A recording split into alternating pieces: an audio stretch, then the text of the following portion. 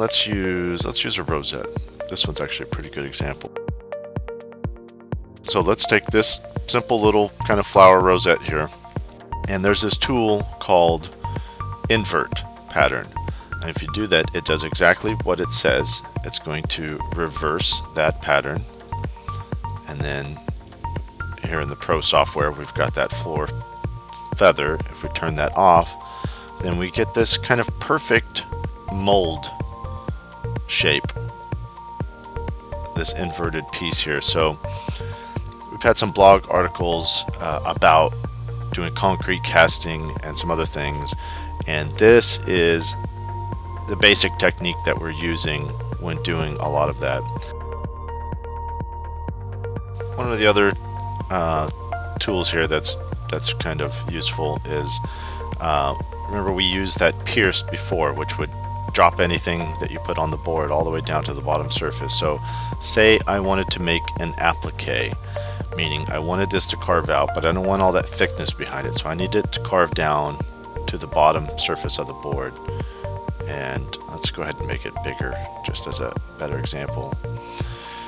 But the issue is, just like when we did that pierced grill carving, we had to add other patterns in there to make everything attached so it didn't fall out. So if I just carve this as a pierced carving, I have the potential that this is going to fall out, and then that could fly around in the machine. It could break my bit, it could destroy my carving, of course, which is the likely thing that'll happen.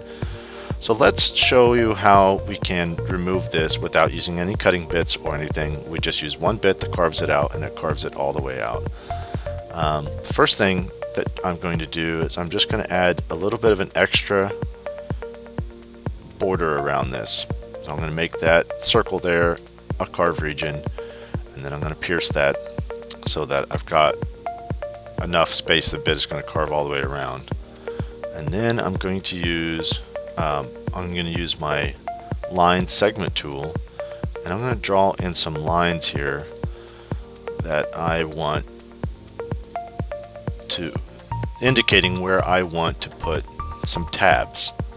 And these tabs will then hold down my piece.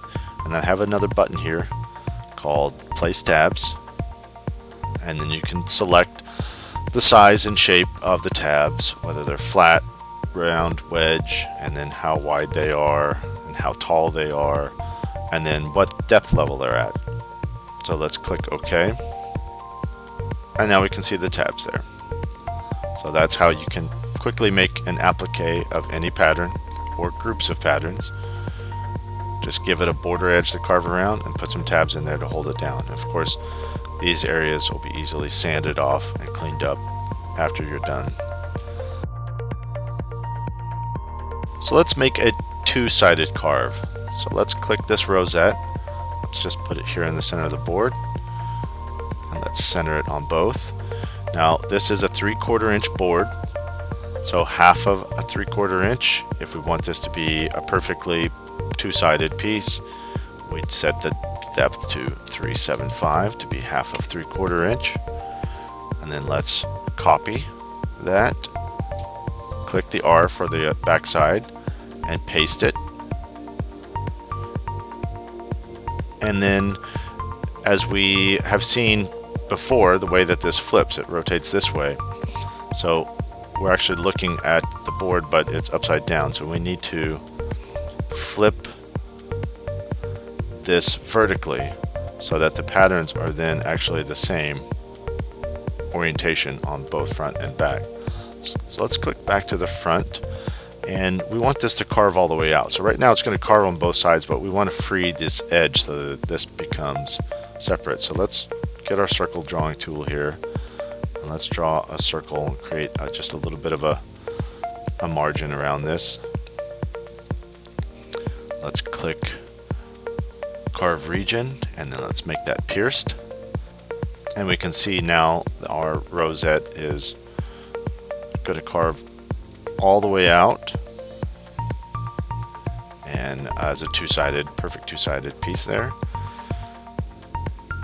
And let's go ahead and add some tabs in there using our line drawing tool. just go and indicate where you want your tabs to be. Use the Place Tabs button and set your width and your height. And this is one of those situations where we'll probably want to put the tab right in the middle rather than at the bottom. So at 375, now the tab will show up in there on both sides, and you can carve this out without it falling out. Now, the way that the machine does two-sided carves is it will ask for the backside first. It'll carve the backside and then ask you to flip it. And just as you see the way that it flips here on the screen, where it's over the width, not end over end, as long as you turn it in the machine that direction, and it'll match up and carve both sides perfectly.